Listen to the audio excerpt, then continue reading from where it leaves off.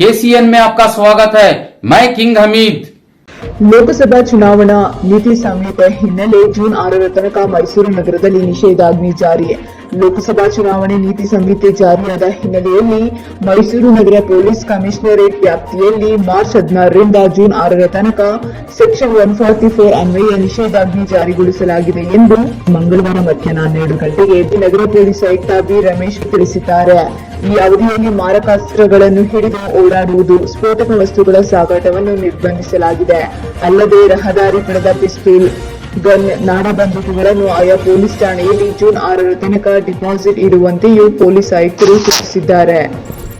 Electric ಬೈಕ್ನಿಂದ short circuit, ಇಡೀ ಮನೆ car ಸುಟ್ಟು ಭಸ್ಮ.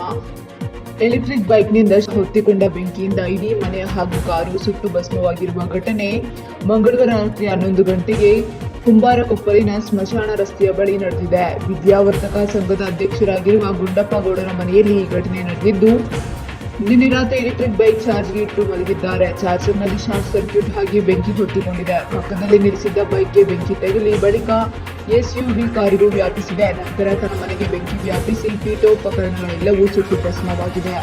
ಬೆಂಕಿ ಕಾಣಿಸಿಕೊಳ್ಳುತ್ತಿದ್ದಂತೆ ಮನೆಯಲ್ಲಿದ್ದ ಎಲ್ಲರೂ ಹೊರಬಂದಿದ್ದರಿಂದ ಪ್ರಾಣಾಪಾಯದಿಂದ ಬಚಾವಾಗಿದ್ದಾರೆ. ಮೇಟಗಳ್ಳಿ ಪೊಲೀಸ್ ಠಾಣೆಯಲ್ಲಿ ಘಟನೆ ಸಂಬಂಧ ಪ್ರಕರಣ ದಾಖಲಾಗಿದೆ.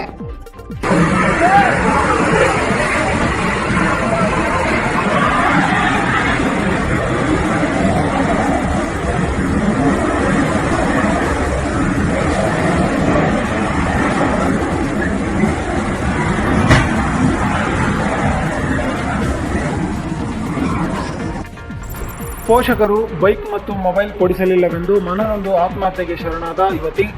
ಮೈಸೂರಿನ ಎನ್ಆರ್ ಮೊಹಲ್ಲಾದ ಗಣೇಶ್ ನಗರದಲ್ಲಿ ಮಂಗಳವಾರ ರಾತ್ರಿ 10 ಗಂಟೆ ಸಮಯದಲ್ಲಿ ಮನೆಯಲ್ಲಿ ಯಾರೂ ಇಲ್ಲದ ವೇಳೆ 17 ವರ್ಷದ ನಿಶಾ ಎಂಬ ಯುವತಿ ಪೋಷಕರು ಮೊಬೈಲ್ ಮತ್ತು ಬೈಕ್ ಕೊಡಿಸಲಿಲ್ಲವೆಂದು ಮನನೊಂದು ಆತ್ಮಹತ್ಯೆಗೆ ಶರಣಾಗಿದ್ದಾರೆ.